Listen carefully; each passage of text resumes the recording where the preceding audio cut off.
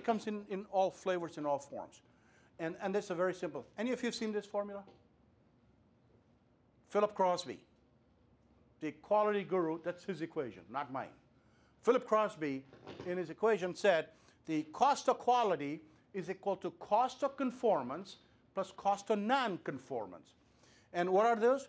Cost of conformance are the cost of providing product and services by a given specified price manner. Cost of non-conformance are the failure costs associated with the process not being under control. Cost of non-conformance is warranty. Cost of non-conformance is stopping of that assembly line because the wrong part was delivered.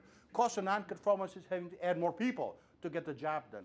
Cost of non-conformance is overtime. Those are all costs of non-conformance. Costs of conformance are improved processes, technology, innovation, and focusing on what matters for that particular process.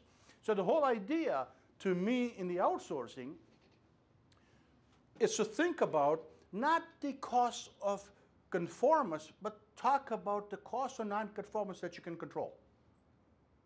Go ask Andy that, hey, identify for me what are the costs of non-conformance of mismanaging MRO.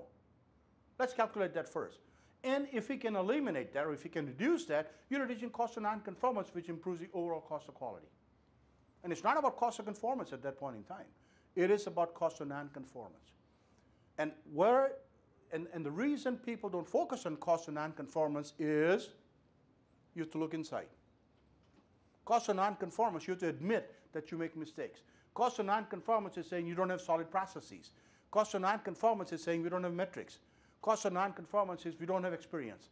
Cost of non-conformance is we don't have investment in the right place. That's all cost of non-conformance. And we don't look at that because that's looking at our bad shadow.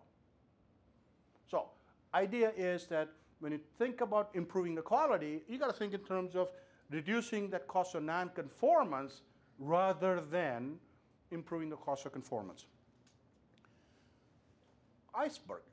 Cost of non-conformance in the iceberg. We only see the top part of it. Maybe 20% of cost non-conformance is seen. It's the 80% that's hidden that we don't see. It's having that wrong part sitting in the crib for a year or 2 years or 5 years. And when it's needed, it's out of date engineering-wise. I have no idea what I'm speaking about, but that's what Andy said I got to say about MRO. That wrong part in the crib is a hidden cost.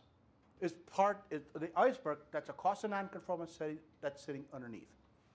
So the idea of the managing is really identifying all of the cost of non-conformance and say, how are we addressing it so that that cost of non-conformance is brought to as small a number, if not zero, as possible, so that at the end of the day, the result improves the quality of the overall operation.